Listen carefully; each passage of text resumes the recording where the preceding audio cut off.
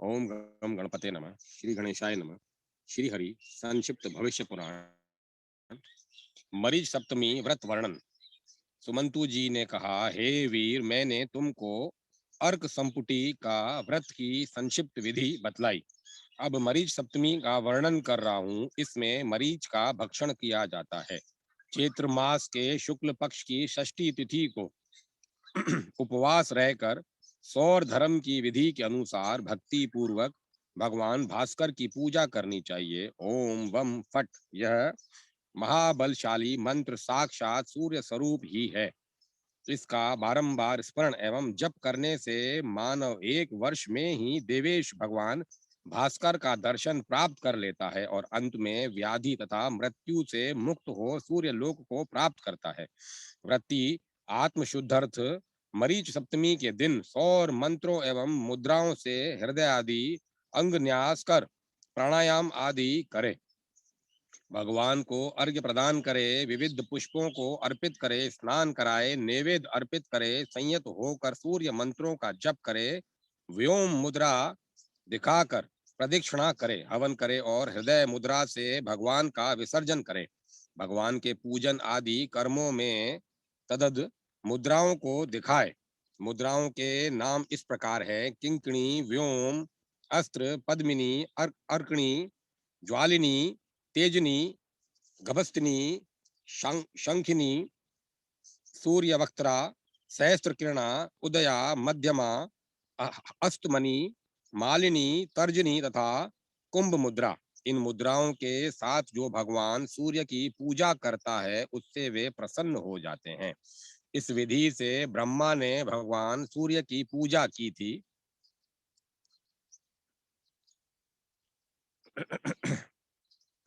इस विधि से ब्रह्मा ने भगवान सूर्य की पूजा की थी। राजन, तुम भी इस विधि से भास्कर की पूजा करो। इस विधि से जो सदा रवि की पूजा करता है वह भगवान सूर्य देव के दिव्य धाम को प्राप्त कर लेता है। नृप, इस विधि से देवेश की पूजा कर यथाशक्ति ब्राह्मण को विधि पूर्वक भोजन कराकर सप्तमी के दिन मंत्र पूर्वक सूर्य का स्मरण करते हुए मौन होकर भोजन करें और भोजन से पहले मरीच की इस प्रकार प्रार्थना करें: ओम खखोलकाय स्वाहा, प्रियताम प्रिय सदगो संगदो भव स्वाहा। ऐसा करने से व्यक्ति को प्रिय व्यक्ति का समागम उसी क्षण प्राप्त हो जाता है। यह मरीच सप्तमी प्रिय संगम दायिनी और पुण्य को प्रदान करने वाली तथा कामनाओं की पूर्ति करने वाली है। यह एक वर्ष तक इस सप्तमी व्रत का पालन करने से पुत्रादिकों के वियोग नहीं होता। इसीलिए महाबाहो, इस प्रियदायिनी सप्तमी को तुम भी करो। देवराज इंद्र ने इस मरीच सप्तमी को उपवास कर महारागी शची का संग प्राप्त किया था। महाबलशाली राजा नल ने भी इस सप्तमी को उपवास कर दमयंती को प्राप्त किया था और श्री राम ने भी इस सप्तमी के दिन उपवास कर भगवती सीता को प्राप्त किया था। निम्ब सप्तमी तथा फल सप्तमी व्रत का वर्णन।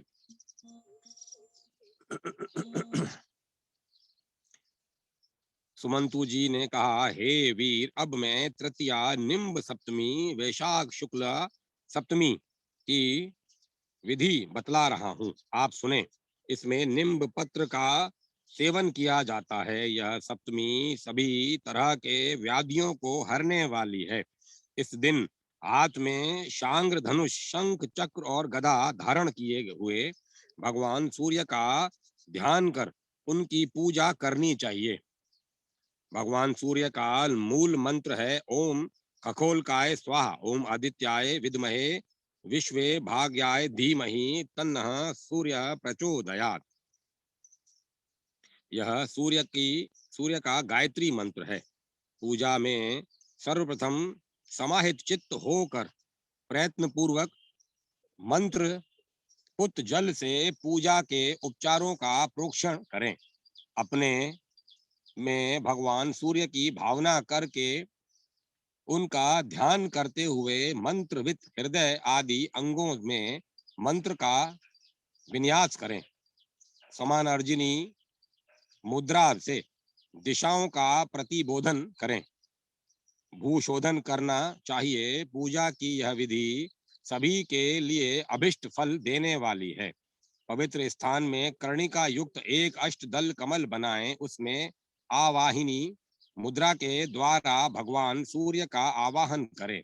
वहां पर मनोहर स्वरूप खखोलक भगवान सूर्य को स्नान कराएं। मंत्र मूर्ति भगवान सूर्य की स्थापना और स्नान आदि कर्म मंत्रों द्वारा करने चाहिए। अग्नि दिशा में भगवान सूर्य के हृदय की ईशान कोण में सिर की, तृतीय कोण में शिखा की एवं पूर्व दिशा में दोनों नेत्रों की भावना करें। इसके अनंतर ईशान कोण में सोम, पूर्व दिशा में मंगल, आग्नेय में बुध, दक्षिण में बृहस्पति, नैऋत्य दिशा में शुक्ल, पश्चिम में शनि, वायव्य में केतु और उत्तर में राहु की स्थापना करें। कमल की द्वितीय कक्षा में भगवान सूर्य के तेज से उत्पन्न द्वादश आदित्यों भग, सूर्य, अर्यमा, मित्र, वरुण, सविता, धाता, विवस्वान, त्वष्टा, पूषा, चंद्र तथा विष्णु को स्थापित करें। पूर्व में इंद्र, दक्षिण में यम, पश्चिम में वरुण, उत्तर में कुबेर, ईशान में ईश्वर, अग्नि कोण में अग्नि देवता, नैऋत्य में पितृदेव, वाव्य में वायु तथा जया, विजया, जयंती, अपराजिता, शेष, वासुकी, रेवती, विनायक, महाश्वेता, रागी, सुवर्चला आदि तथा अन्य देवताओं के समूह को यथा स्थान स्थापित करना चाहिए। सिद्धि, वृद्धि, स्मृति, उत्पल, मालिनी तथा श्री इनको अपने दक्षिण पार्श्व में स्थापित करना चाहिए। प्रज्ञावती, विभा, हारिता, बुद्धि, रिद्धि, वृष्टि, विसृष्टि, पूर्णमासी तथा विभागवरी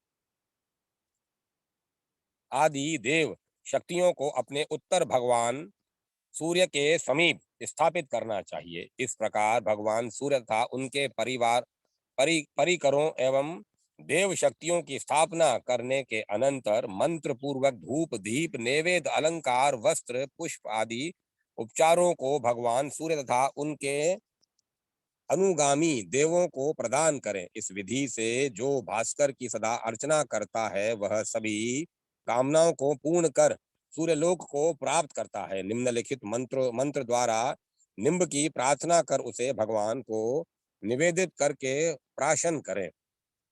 हे निम्ब, तुम भगवान सूर्य के आश्रय स्थान हो। तुम कटु स्वभाव वाले हो। तुम्हारे भक्षण करने से मेरे सभी रोग सदा के लिए नष्ट हो जाएं और तुम मेरे लिए शांत स्वरूप हो जाओ। इस मंत्र से निम्ब का प्राशन कर भगवान सूर्य के समक्ष पृथ्वी पर बैठकर सूर्य मंत्र का जप करें। इसके बाद यथाशक्ति ब्राह्मणों को भोजन कराकर दक्षिणा दें। अनंतर संयत वाक हो लवण वर्जित मधुर भोजन करें। इस प्रकार 1 वर्ष तक इस निम्ब सप्तमी का व्रत करने वाला व्यक्ति सभी रोगों से मुक्त हो सूर्यलोक को जाता है। सुमंतु जी ने कहा, राजन, भाद्रपद मास के शुक्ल पक्ष की सप्तमी तिथि को उपवास कर भगवान सूर्य की सौर विधान से पूजा करनी चाहिए। पुनः अष्टमी को स्नान कर दिवाकर की पूजा कर ब्राह्मण को खजूर, नारियल, मतुलंग, बिजोरा तथा आम्र के फलों को भगवान के सम्मुख रखना चाहिए और मार्तंड प्रियताम ऐसा कहकर उन्हें ब्राह्मणों को निवेदित कर दें। यह फल सप्तमी कहलाती है। सर्वे भवन्तु सफला मम कामः समन्तः ऐसा कहकर स्वयं भी उन्हीं फलों का भक्षण करें। इस फल सप्तमी का 1 वर्ष तक श्रद्धा भक्ति पूर्वक व्रत करने से पुत्र पौत्रों की प्राप्ति होती है। ब्रह्म पर्व श्रवण का महात्म्य पुराण श्रवण की विधि पुराणों तथा पुराण ब्रह्म पर्व श्रवण का महात्म्य, पुराण श्रवण की विधि पुराणों तथा पुराण वाचक व्यास की महिमा। सुमंतु जी ने कहा, राजन, भविष्य पुराण में इस प्रथम ब्रह्म पर्व में सुनने से मानव संपूर्ण पापों से मुक्त हो जाता है तथा सहस्त्रों अश्वमेघ वाजपेय एवं राजस्यु यज्ञों, सभी तीर्थों, यात्राओं, वेदाभ्यास तथा पृथ्वी दान करने का फल प्राप्त कर लेता है। इतिहास पुराण के श्रवण के अतिरिक्त ऐसा कोई साधन नहीं है जो संपूर्ण पापों से मुक्त कर सके। पुराण श्रवण का जो फल बतलाया गया है वही फल पुराण के पाठ से भी होता है, इसमें कोई संदेह नहीं है।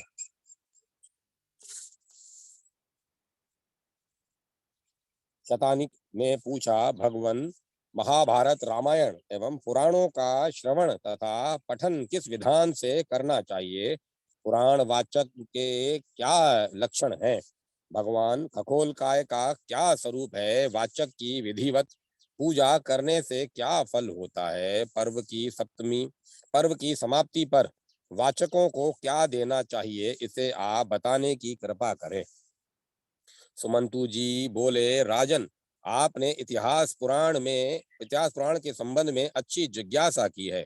महाबाहो, इस संबंध में पूर्व काल में देवगुरु बृहस्पति तथा ब्रह्मा जी के मध्य जो संवाद हुआ था उसे आप श्रवण करें।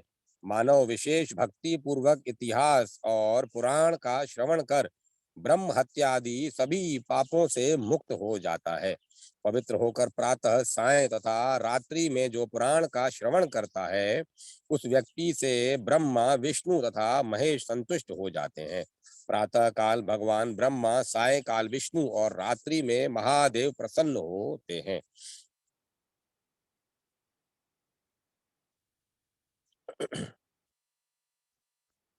राजन, अब वाचक के विधान को सुनिए। पवित्र वस्त्र पहनकर शुद्ध होकर प्रदक्षिणा पूर्वक जब वाचक आसमान पर बैठता है तो वह देव स्वरूप हो जाता है। आसन न बहुत ऊंचा हो न बहुत नीचा हो, वाचक के आसन की सदा वंदना की जानी चाहिए।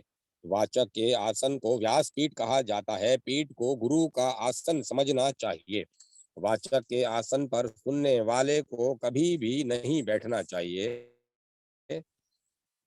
देवताओं की अर्चना करके विशेष रूप से ब्राह्मण की पूजा करनी चाहिए। सभी समागत व्यक्तियों को साथ में लेकर पुराण ग्रंथ वाचक के लिए प्रदान करें। इस उस ग्रंथ को नतमस्तक हो प्रणाम करें, तब शांत चित्त होकर श्रवण करें। ग्रंथ का सूत्र धागा वासुकी कहा गया है। ग्रंथ का पत्र भगवान ब्रह्मा, उसके अक्षर जनार्दन, सूत्र शंकर तथा पंक्तियां सभी देवता हैं। सूत्र के मध्य में अग्नि और सूर्य स्थित रहते हैं। उनके आगे सभी ग्रह तथा दिशाएं अवस्थित रहती हैं। शंकु को मेरु कहा गया है। रिक्त स्थान को आकाश कहा गया है। ग्रंथ के ऊपर तथा नीचे रहने वाले दो काष्ठ फलक धावा पृथ्वी पर रूप में सूर्य और चंद्रमा है। इस प्रकार संपूर्ण ग्रंथ देवमय है और देवताओं द्वारा पूजित है। इसीलिए अपने कल्याण की कामना से इतिहास पुराण आदि श्रेष्ठ ग्रंथों को अपने घर में रखना चाहिए, उन्हें नमस्कार करना चाहिए तथा उनकी पूजा करनी चाहिए। राजन, वाचक ग्रंथ को हाथ में ग्रहण कर ब्रह्मा, व्यास, वाल्मीकि, विष्णु, शिव, सूर्य आदि को भक्ति पूर्वक प्रणाम करके श्रद्धा समन्वित होकर ओजस्वी स्वर में अक्षरों का स्पष्ट उच्चारण करते हुए तथा 7 स्वरों से युक्त यथा समय यथोचित रस एवं भावों को प्रकट करते हुए ग्रंथ का पाठ करें। इस प्रकार वाचक के मुख से जो श्रोता नियमतः श्रद्धा पूर्वक इतिहास पुराण और रामचरित को सुनाता सुनता है, वह सभी फलों को प्राप्त कर सभी रोगों से मुक्त हो जाता है और विपुल पुण्य को प्राप्त कर भगवान के उत्तम और अद्भुत स्थान को प्राप्त करता है। श्रोता को चाहिए कि वह स्नान आदि से पवित्र होकर वाचक को प्रणाम करके उसके सम्मुख आसन पर बैठे और वाणी को संयत कर सुसमाहित हो, वाचक की बातों को सुने। महाभावो, व्यास स्वरूप वाचक को नमस्कार करने पर संशय के बिना अन्य कुछ भी नहीं बोलना चाहिए। कथा संबंधी अंशों धार्मिक शंका एवं जिज्ञासा उत्पन्न होने पर वाचक से नम्रता पूर्वक पूछना चाहिए, क्योंकि व्यास स्वरूप वक्ता उसका गुरु और धर्म बंधु है। वाचक को भी भली भांति उसे समझना चाहिए, क्योंकि वह गुरु है, इसीलिए सब पर अनुग्रह है।